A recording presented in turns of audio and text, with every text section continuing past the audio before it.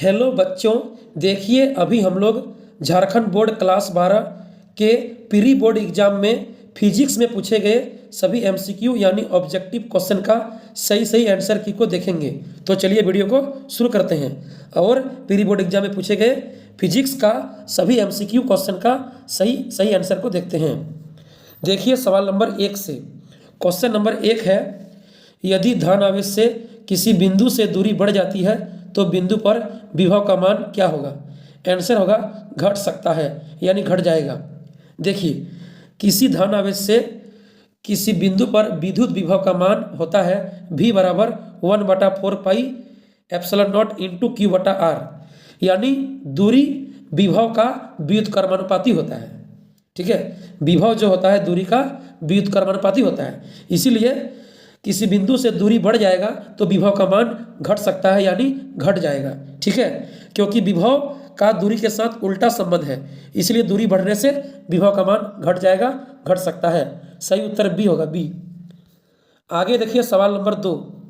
सवाल नंबर 2 है, दो आवेशित गोले एक दूसरे पर d दूरी पर F बल लगाते हैं। यदि आवेशों को दुगुना किया जाए और उनके बीच की दूरी को भी दुगुना किया जाए तो बल होगा। सही उत्तर होगा F, यानी बल F ही रहेगा, बल में कोई परिवर्तन नहीं होगा, क्योंकि कूलाम के नियम के अनुसार दो आवेशित गोले के बीच जो बल लगता है वह F बराबर होता है K इंटू Q1 Q2 बटा R स्क्वायर। यहाँ पर बोला है दोनों आवेशों को दुगुना करना है और उनके बीच की दूरी को भी दुगुना करना है। तो चलिए करते हैं, यानी बल का मान चेंज होगा तो मान लेंगे F डैश हो जाएगा K इंटू आवेशों को दुगुना करना है तो हो जाएगा 2Q1 इंटू 2Q2, दोनों आवेश को दुगुना कर दिए, दो से गुना कर दिए। ठीक है, और बोला है बीच की दूरी को भी दुगुना करना है बटा 2R स्क्वायर कर देंगे तो क्या हो जाएगा, ऊपर में हो जाएगा 2 दूनी 4, 4K Q1 Q2 बटा नीचे हो जाएगा 2 का स्क्वायर 4, तो 4R स्क्वायर हो जाएगा। 4 कट जाएगा ऊपर नीचे, बचेगा K Q1 Q2 बटा R स्क्वायर, जो पहले था वही अभी बचेगा, यानी F डैश F के बराबर होगा। F डैश यदि F के बराबर होगा यानी बल में कोई परिवर्तन नहीं होगा। ठीक है, आपको इस तरह भी पूछ सकता है कि बल दुगुना होगा, 4 गुना होगा, कोई परिवर्तन नहीं होगा, आधा होगा, तो बल में कोई परिवर्तन नहीं होगा, F का F रहेगा, जो पहले था अभी भी वही रहेगा। सही उत्तर ए होगा, ए। आगे देखिए सवाल नंबर 3। विद्युत क्षेत्र E और विभव V के बीच संबंध है। देखिए विद्युत क्षेत्र की तीव्रता E और विभव V के बीच संबंध होता है E बराबर -dV बटा dx, E बराबर -dV बटा dx। कहीं पर लिखा रहता है E बराबर -dV बटा dr। ठीक है, तो वो भी सही होगा, -dV बटा dr रहे चाहे -dV बटा dx रहे, सही होगा। सही उत्तर ए होगा, ए। आगे देखिए सवाल नंबर 4। एक धनावेशित आवेशित कांच की छड़ किसी वस्तु को आकर्षित करती है तो वस्तु होनी चाहिए। देखिए एक धनावेशित कांच की छड़ किसी वस्तु को आकर्षित करेगा तो वस्तु कैसा होगा, वस्तु अगर इनावेशित तब ना आकर्षण होगा दोनों के बीच, विपरीत आवेशों में आकर्षण होता है। ठीक है, यदि धनावेशित कांच की छड़ है तो ऑटोमेटिक वस्तु होगा ऋणावेशित, तब दोनों में आकर्षण होगा। सही उत्तर ए होगा, ए। आगे देखिए सवाल नंबर 5। यदि एक समांतर प्लेट संधारित्र की प्लेटों के बीच एक परावैद्युत डाल दिया जाए तो उसकी धारिता का मान क्या होगा, बढ़ जाएगा। कैसे बढ़ेगा, देखिए एक समांतर प्लेट संधारित्र की धारिता होती है C बराबर epsilon not epsilon R A/D। यदि दोनों प्लेटों के बीच परावैद्युत पदार्थ डालेंगे तो परावैद्युतांक होता है एप्सिलॉन R, जिसका मान जो होता है 1 से ज़्यादा होता है। ऑटोमेटिक दोनों प्लेटों के बीच परावैद्युत पदार्थ डालेंगे जिसका मान 1 से ज़्यादा होता है तो धारिता का मान क्या होगा, उतना गुना बढ़ जाएगा। जितना परावैद्युत पदार्थ का परावैद्युतांक होगा उतना गुना धारिता का मान बढ़ जाएगा। सही उत्तर बी होगा, बी। यही तो बोलता, यदि एक समांतर प्लेट संधारित्र के दोनों प्लेटों के बीच की दूरी को बढ़ा दिया जाए तो धारिता का मान क्या होगा, तो घट जाएगा, क्योंकि दूरी नीचे है। फॉर्मूला में स्मॉल d दोनों प्लेटों के बीच की दूरी है जो नीचे है, यानी धारिता के साथ दूरी का संबंध उल्टा है। ऑटोमेटिक दूरी बढ़ाएंगे तो धारिता घट जाएगा, लेकिन परावैद्युतांक के साथ धारिता का संबंध सीधा है, इसलिए परावैद्युत पदार्थ डालेंगे, परावैद्युतांक का कुछ मान होगा जिसका मान 1 से ज़्यादा होता है, तो जितना होगा मान लीजिए 2 होगा 5 होगा तो उतना गुना धारिता का मान बढ़ जाएगा। सही उत्तर बी होगा। आगे देखिए सवाल नंबर 6। ओम का नियम तब मान्य होता है जब चालक का तापमान होता है स्थिर। नियत होता है नियत, हम लोग ओम का नियम पढ़े हैं। ओम का नियम क्या है कि नियत ताप पर किसी चालक के सिरों के बीच का विभवांतर उसमें प्रवाहित धारा के समानुपाती होता है। कौन ताप पर? नियत ताप पर, यानी चालक का तापमान नियत रहेगा, स्थिर रहेगा। 6 का सही उत्तर डी होगा, डी। आगे देखिए सवाल नंबर 7, गैर ओमिक प्रतिरोध का उदाहरण है। गैर ओमिक प्रतिरोध क्या होता है? देखिए, ओमिक प्रतिरोध यानी जो ओम के नियम का पालन करता है, और गैर ओमिक प्रतिरोध जो ओम के नियम का पालन नहीं करता है। तो तांबे का तार ओम का नियम का पालन करेगा, फिलामेंट करेगा, कार्बन प्रतिरोधक करेगा, डायोड नहीं करेगा। पी एन जंक्शन डायोड ओम का नियम का पालन नहीं करता है, जिसको गैर ओमिक प्रतिरोध कहते हैं। ठीक है, याद रखिएगा, पी एन जंक्शन डायोड जो होता है ओम के नियम का फॉलो नहीं करता है, जिसको गैर ओमिक प्रतिरोध कहते हैं। सही उत्तर डी होगा, डी। आगे देखिए सवाल नंबर 8, विद्युत परिपथों के लिए किरचॉफ के प्रथम और द्वितीय नियम आधारित है। प्रथम नियम आधारित है आवेश संरक्षण के सिद्धांत पर, द्वितीय नियम आधारित है ऊर्जा संरक्षण के सिद्धांत पर। यानी सही उत्तर दोनों होगा, दोनों। प्रथम नियम आवेश संरक्षण पर, द्वितीय नियम ऊर्जा संरक्षण पर आधारित है। सही उत्तर उपयुक्त दोनों, यानी सी होगा। आगे देखिए सवाल नंबर 9। सवाल नंबर 9 कहता है विद्युत आवेश की एसआई इकाई क्या है? विद्युत आवेश का एसआई मात्रक होता है कूलाम। ये बहुत इजी क्वेश्चन था। विद्युत आवेश का एसआई मात्रक होता है इकाई कूलाम होता है, कूलाम। आगे देखिए सवाल नंबर 10, चालक के अंदर विद्युत क्षेत्र कितना होता है? चालक के अंदर विद्युत क्षेत्र होता है 0। किसी आवेशित चालक के अंदर होता है विद्युत क्षेत्र 0 होता है, 0, क्योंकि संपूर्ण आवेश चालक के पृष्ठ पर वितरित होता है। संपूर्ण आवेश चालक के पृष्ठ पर वितरित होता है, अंदर में कोई आवेश नहीं होने के चलते विद्युत क्षेत्र 0 होता है। ठीक है, चालक के अंदर विद्युत क्षेत्र का मान 0 होता है। सही उत्तर ए होगा, ए। आगे देखिए सवाल नंबर 11, सर्किट में विद्युत धारा मापने के लिए किस उपकरण का उपयोग किया जाता है? ए मीटर। विद्युत धारा का मापन के लिए ए मीटर, और विभवांतर का मापन के लिए वोल्ट मीटर। याद रखिएगा, विभव मापना है तो वोल्ट मीटर, धारा मापना है तो ए मीटर। सही उत्तर बी होगा। आगे देखिए सवाल नंबर 12, तार का प्रतिरोध किस पर निर्भर करती है? किसी धात्विक तार का प्रतिरोध जो है निर्भर करता है इसकी लंबाई पर, इसके अनुप्रस्थ काट के क्षेत्रफल पर, तार की सामग्री यानी तार की प्रकृति पर, उपरोक्त सभी होगा। सही उत्तर होगा डी, उपरोक्त सभी। देखिए आर बराबर फॉर्मूला होता है, लिख दिए हैं, रो एल बाई ए, जहाँ रो विशिष्ट प्रतिरोध है, एल चालक की लंबाई है और ए अनुप्रस्थ काट का क्षेत्रफल है। तो किसी चालक तार का प्रतिरोध जो है चालक की लंबाई पर, चालक के अनुप्रस्थ काट के क्षेत्रफल पर, और जो तार है उसकी प्रकृति पर, सामग्री पर भी डिपेंड करेगा। सही उत्तर उपरोक्त सभी होगा, डी। आगे देखिए सवाल नंबर कितना, 13।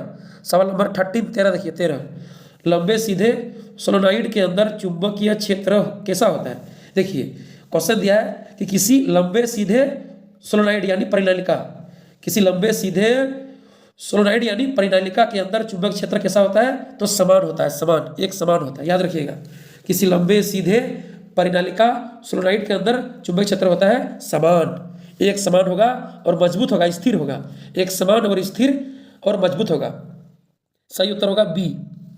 आगे देखिए सवाल नंबर 14 पढ़िए, धारा वहन करने वाले तार के चारों ओर चुंबकीय क्षेत्र की दिशा किस नियम से ज्ञात की जाती है?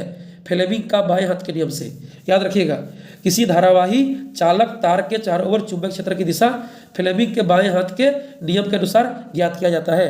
सही उत्तर बी होगा, बी। यदि बोलता है प्रेरित धारा की दिशा, तो प्रेरित धारा की दिशा ज्ञात किया जाता है फ्लेमिंग के दाएं हाथ के नियम से। लेकिन बोलेगा किसी धारावाही चालक के चारों ओर चुंबकीय क्षेत्र की दिशा, तो फ्लेमिंग के बाएं हाथ के नियम से होगा। सही उत्तर बी। आगे देखिए सवाल नंबर 15 पढ़िए, अवतल दर्पण का फोकस दूरी 20 सेंटीमीटर है।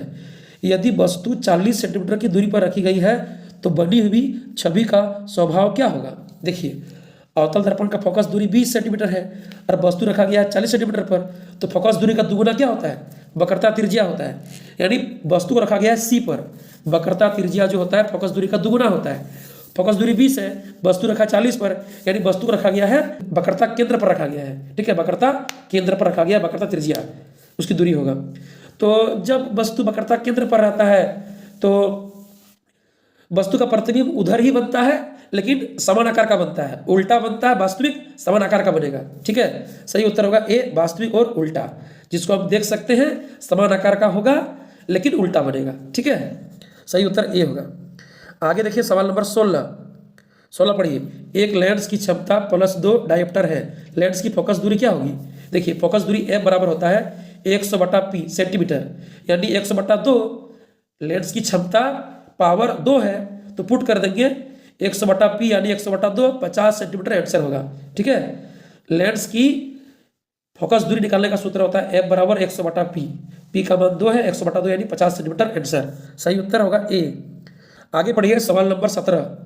आगे सवाल नंबर 17 है, इंद्रधनुष बनने के लिए कौन सी घटना उत्तरदायी है? इंद्रधनुष बनता है प्रकाश का अपवर्तन और विकिरण के कारण, यानी प्रकाश का अपवर्तन, वर्ण विक्षेपण, श्वेत प्रकाश का वर्ण विक्षेपण होगा, अपवर्तन होगा, तब बनता है इंद्रधनुष, जिसमें 7 रंग होते हैं। उसको वर्ण विक्षेपण, विकिरण, अपवर्तन कहेंगे। सही उत्तर हो जाएगा बी। सही उत्तर बी होगा। आगे देखिए सवाल नंबर 18 पढ़िए 18। यंग के 2 स्तरीय प्रयोग में यदि दोनों छिद्रों के बीच की दूरी बढ़ा दी जाए तो क्या होगा? पट्टी की चौड़ाई बढ़ेगी, पट्टी की चौड़ाई घटेगी, पट्टी की चौड़ाई समान रहेगी, कोई पट्टियां नहीं दिखेगी। देखिए यंग के 2 स्तरीय यानी द्विशिल्ट प्रयोग में फ्रिंज चौड़ाई का सूत्र होता है बीटा बराबर लैम्डा कैपिटल डी बटा स्मॉल डी, जहाँ स्मॉल डी क्या है?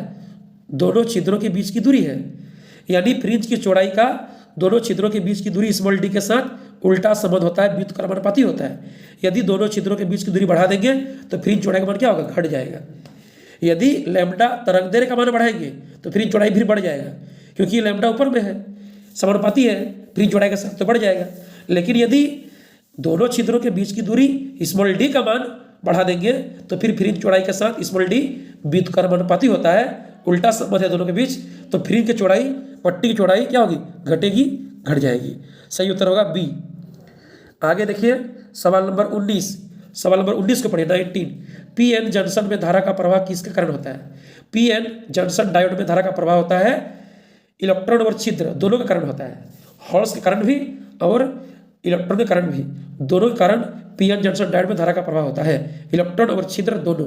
ठीक है, सही उत्तर सी होगा। आगे देखिए सवाल नंबर 20 पढ़िए 20।